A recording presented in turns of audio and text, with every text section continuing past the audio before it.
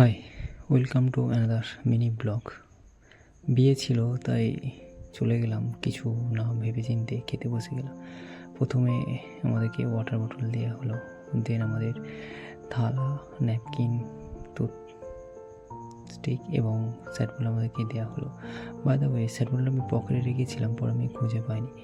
তারপরে আমাদেরকে পাতা দিয়ে, ভাত দিয়ে, লেবু দিয়ে দিয়েছিল এবং খাওয়া শুরু করে দিলাম। আমি মাঝখানটা ফাঁকা করেছিলাম যাতে ওইখানটায় ডাল দেয়, কিন্তু হলোটা কি, আমাকে সাইডে ভাতের মধ্যে ডাল দিয়ে দিল, যেটা আর কি সবার সঙ্গে হয়, আমার ক্ষেত্রেও তাই ঘটলো। এবং সেখানে আলু চিপস ছিল।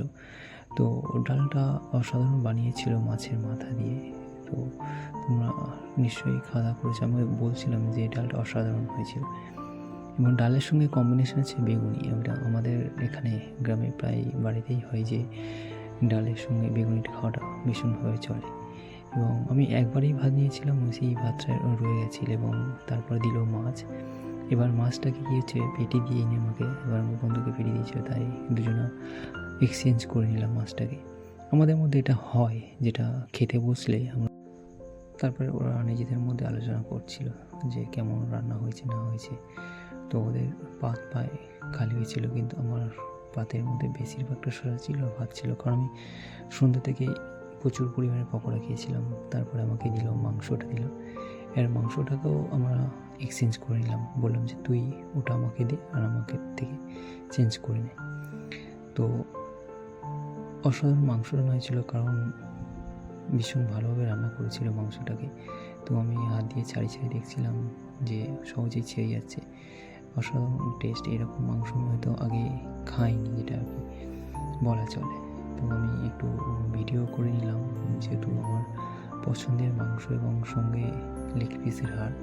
এবং তোমরা কারা কারা এইভাবে লেবু দিয়ে মাংসটাকে খাও আমাকে কমেন্টেও জানিও। আমার ভীষণ পছন্দ যে এইভাবে মাংসের মধ্যে একটু লেবু মাখিয়ে খেতে ভীষণ পছন্দ করি। তারপরে মাঝখানে খাচ্ছিলাম, খেতে খেতে গল্পও করছিলাম এবং সঙ্গে ভিডিও তো চলছিল, যেহেতু ভিডিও নিয়ে কাজ, সেই জন্য ভিডিও তো করতেই হবে, তাই না? তো সেক্ষেত্রে আমি ভিডিও করা বন্ধ দিচ্ছিলাম।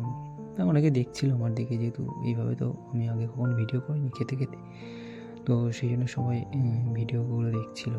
তো আমিও আমার কাজ করে যাচ্ছিলাম, ভিডিও চলছিল, প্লাস নিজে খাওয়া দাওয়া সঙ্গে চলছিল। এবং খাওয়া দাওয়া বলতে সেইভাবে আমার তো খাওয়া হয়নি, মানে মেনলি আমি অল্প কিছু ভাত নিয়েছিলাম, সেই ভাতটা না খাওয়ার মতো আর কি খাচ্ছিলাম, কারণ আমার সন্ধ্যে থেকে ফুচকা, পকোড়া, আইসক্রিম, কফি এগুলো চলছিল।